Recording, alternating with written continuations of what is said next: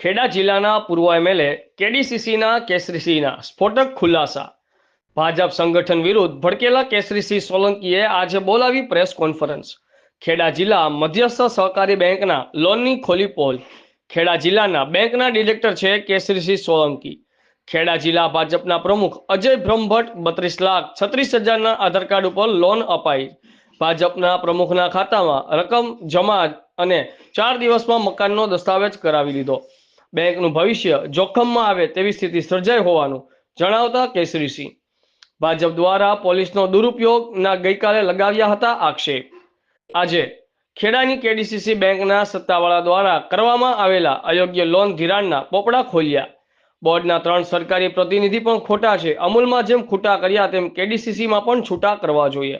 આધાર કાર્ડના ડોક્યુમેન્ટ 29/6/2023ના રોજ લોન આપી દીધી અને 30 તારીખે જિલ્લા પ્રમુખ અજય બ્રહ્મભટ્ટના ખાતામાં જમા થઈ.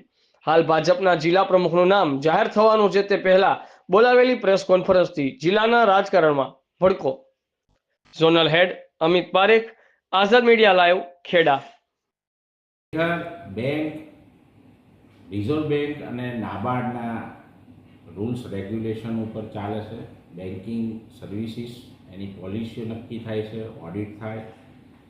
અને જ્યારે આજના દિવસોની અંદર આપણે જોઈએ તો આજે ખેડા જિલ્લા બેંકની જે કાર્ય પદ્ધતિની અંદર જે સુધારો છે, જે આખા ભારતની અંદર તેની નોંધ લેવામાં આવી રહી છે.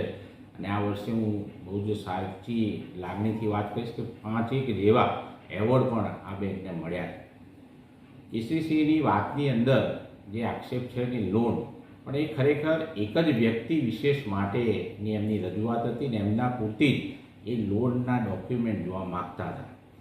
ખરેખર મને એ બાબત ઉપર થોડી શંકા એ ગઈ કે અમારી જ એક બ્રાન્ચનો બેંકનો એક કર્મચારી અને જેણે ભૂતકાળની અંદર ખૂબ ગેરરીતિઓ આચરેલી અને તેનું ઉજાગર થયું અને તેને જ્યારે બોર્ડે એને દૂર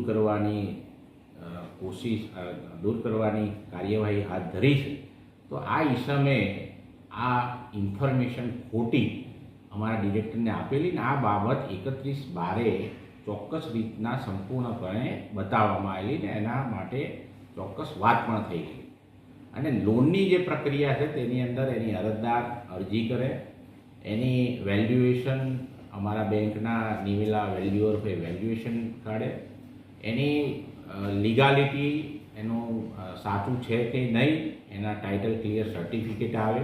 ત્યારબાદ લોન કમિટી અથવા તો બોર્ડની અંદર લોન આવે અને અમારા પોલિસી ને અમારા નિયમો મુજબ આ હાઉસિંગ લોન છે ને, હાઉસિંગ લોનની અંદર 100% બાંધકામ હોય કે 100% મકાન ખરીદવાનું હોય તેમાં અમારી બેંકની પોલિસી મુજબ 75% સુધીની અમે લોન આપતા હોઈએ છીએ. આ કિસ્સાની અંદર સ્પષ્ટ છે કે જે લોન ધારક છે તેને અમે એનું જે વેલ્યુએશન છે 4 ગણું છે અને એનાથી પણ અમે ફક્ત 30 લાખ રૂપિયા જ એમની લોનની ડિમાન્ડ હતી અને એમને અમે 30 લાખ રૂપિયા લોન આપી. અને લોન આપવા માટેના જે અમારા નિયમો છે, અમે જે વાત અંદર સાંભળી કે દસ્તાવેજ કર્યા વગર પૈસા ચૂકવી દીધા, તો આ ખરેખર એ જે ઇન્ફોર્મેશન છે એ ખોટી છે.